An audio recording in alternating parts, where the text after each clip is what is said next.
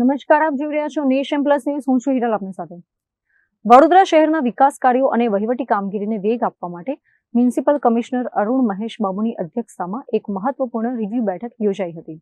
બેઠકમાં ખાસ કરીને શહેરની સ્વચ્છતા, હેરિટેજ ઇમારતોની જાળવણી અને પાલિકાની આર્થિક સ્થિતિ મજબૂત કરવા જેવા મુદ્દાઓ પર ગહન ચર્ચાઓ કરવામાં આવી હતી. દર મંગળવારે વડોદરા મહાનગરપાલિકામાં નિયમિત રિવ્યુ બેઠક યોજાય છે. ત્યારે ગત રોજ મ્યુનિસિપલ કમિશનર અરુણ મહેશ બાબુની અધ્યક્ષતામાં મળેલી રિવ્યુ બેઠકમાં તમામ ખાતાના વડાઓ અને આસિસ્ટન્ટ મ્યુનિસિપલ કમિશનરો ઉપસ્થિત રહ્યા હતા. જેમાં મ્યુનિસિપલ કમિશનર અરુણ મહેશ બાબુએ શહેરની સુરત બદલવા માટે અધિકારીઓને સ્પષ્ટ સૂચનાઓ આપી હતી. બેઠકમાં સ્વચ્છતાના મુદ્દે વિશેષ ભાર મૂકતા કમિશનરે જણાવ્યું કે શહેરના તમામ ગાર્ડન અને બ્રિજ પર નિયમિત સફાઈ થવી અનિવાર્ય છે. આ સાથે જ વડોદરાની ઓળખ સમાન હેરિટેજ ઇમારતોની જાળવણી પ્રત્યે પણ બેદરકારી ન રાખવા કડક તાકીદ કરવામાં આવી છે.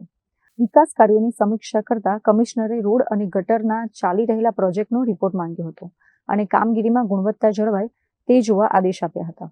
સૌથી પહેલા જે પબ્લિક ગ્રીવન્સીસ છે, લોકોની જે રોજના રોજ જે કમ્પ્લેક્સ છે, સિટીની અંદર પાણીનું સમસ્યા, ડ્રેનેજનું સમસ્યા, સફાઈના જે લીધે ઇસ્યુઝ છે, એ પબ્લિક ગ્રીવન્સીસને વહેલા તકે નિકાલ કરવા માટે આજે ખાસ કરીને અમે મિટિંગ કરાવ્યા હતા. સાથે સાથ જે ડેશબોર્ડ છે, આપણા ડેશબોર્ડ અને ગ્રીવન્સ ડેશબોર્ડમાં પણ વધારે ભાર મૂકવાનું કીધેલું. મેક્સિમમ કમ્પ્લેન્ટ્સ ઈસ્ટ ઝોન અને વેસ્ટ ઝોનમાંથી ડ્રેનેજનું કમ્પ્લેન્ટ હતી, એને વહેલા તકે નિકાલ કરવા માટે સૂચના આપી છે. સાથે સાથ સ્વચ્છતા ઉપર જે પબ્લિક કમ્પ્લેન્ટ કરે છે, એક જગ્યામાં નિકાલ થતું હોય તો વારંવાર ફરી ગંદકી થાય છે, એના પણ નિકાલ કરવા માટે અમે ખાસ મહત્વ આપવાનું કીધું છે. ડાર્ક સ્પોટ જેમાં સ્ટ્રીટ લાઇટનું અભાવ છે, અદરવાઇઝ રાતના સમયમાં ટ્રાવેલિંગ કરતા વખતે એક્સિડન્ટ થાય છે, એવા જગ્યામાં લાઇટિંગ વધારવા માટે પણ આજે સૂચના આપી છે. બિલ્ડિંગ પ્રોજેક્ટ્સ દ્વારા આવનારા દિવસોમાં જે અલગ અલગ સ્પોર્ટ્સ કોમ્પ્લેક્સીસ, અલગ અલગ ઓડિટોરિયમ્સ, અલગ અલગ યોગ સેન્ટર્સ, આપણા પબ્લિક સ્પેસીસ બધા જે બજેટમાં નક્કી કરેલી હતી એનું ડિઝાઇન્સને આગળ લઈ જવા માટે, એસ્ટિમેટ્સ સુધી લાવવા માટે અમે સૂચના આપી છે. એમાં ખાસ કરીને જે પબ્લિક યુટિલિટી માટે ઓડિટોરિયમ છે, નાગરગૃહ છે, લાઇબ્રેરીઝ છે, યોગ સેન્ટર્સ છે અને સ્પોર્ટ્સમાં જે પણ અપગ્રેડેશન્સ છે, માંજલપુર અને સમા સ્પોર્ટ્સ કોમ્પ્લેક્સીસમાં જે એથ્લેટિક ટ્રેક ચેન્જ કરવાની જે પેન્ડિંગ હતી એ બધાને આગળ લઈ જવા માટે આજે અત્યારે નિર્ણય લઈને એને એસ્ટિમેટ ટેન્ડર સ્ટેજ સુધી લઈ જવા માટે નક્કી કર્યું છે. હેરિટેજ સ્ટ્રક્ચર્સમાં લાલકોટ અને જુદા જુદા સ્ટ્રક્ચર્સમાં પણ કામગીરી કરવાનું શરૂ કરી છે.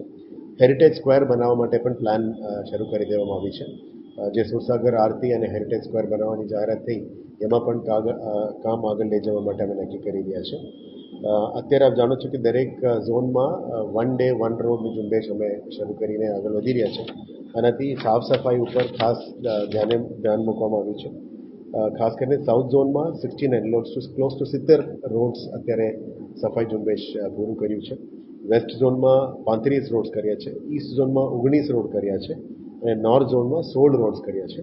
એમાં ખાસ કરીને સોલિડ વેસ્ટ મેનેજમેન્ટ ડિપાર્ટમેન્ટની જે સફાઈ, રોડની સફાઈ, દબાણ હટાવ ડિપાર્ટમેન્ટ દ્વારા દબાણ દૂર કરવાનું, બિલ્ડિંગ ડિપાર્ટમેન્ટ દ્વારા માર્જિનની બહાર જે દબાણો છે એને માર્ક કરીને દૂર કરવાનું, લેન્ડ એન્ડ એસ્ટેટ કમર્શિયલ એસ્ટાબ્લિશમેન્ટ્સમાં ગેરકાયદેસર કંઈ બાંધકામ કર્યું હોય એનું નોંધ લેવાની. સાથે સાથ ફૂડ ડિપાર્ટમેન્ટ દ્વારા જે વિજિલન્સ ચેકિંગ છે, પનીરનું, દહીંનું, દૂધનું, આ બધાનું પણ સાથે સાથે ચાલુ છે. સાથે સાથે કમર્શિયલ એસ્ટાબ્લિશમેન્ટમાં ઇલીગલ બાંધકામ કંઈ હોય એ પણ નોંધ લેવાની. આ તમામ વસ્તુ એક સાથે અમે અત્યારે એક રોડમાં લઈ રહ્યા છે, જેથી કરીને સ્વચ્છતા ઝુંબેશના સાથે સાથે દબાણ હટાવવાનું પણ કામગીરી ચાલે છે. ડિવાઈડરનું શુદ્ધિકરણ ટ્રીટેડ રીયુઝ વોટરમાંથી કરવામાં આવી રહ્યા છે. જે ગાર્ડન ઉપર વધારે ડસ્ટ છે એનું પણ ક્લિનિંગ થઈ રહ્યા છે, સર્કલ્સનું ક્લિનિંગ થઈ રહ્યા છે. એટલે સિટીની ઓવરઓલ લુક અને સિટીની સ્વચ્છતા એમાં ઇમ્પ્રુવમેન્ટ લાવવાની અમે મહેનત કરીને આવી રહ્યા છે. Bureau report, nation plus news, Vadodara. સમાચારોના સતત અપડેટ મેળવવા માટે અમારી નેશન પ્લસ ન્યૂઝની યુટ્યુબ ચેનલને સબસ્ક્રાઇબ કરો, બેલ આઇકન દબાવો અને જોડાયેલા રહો ફેસબુક, ઇન્સ્ટાગ્રામ અને ટ્વિટર પર.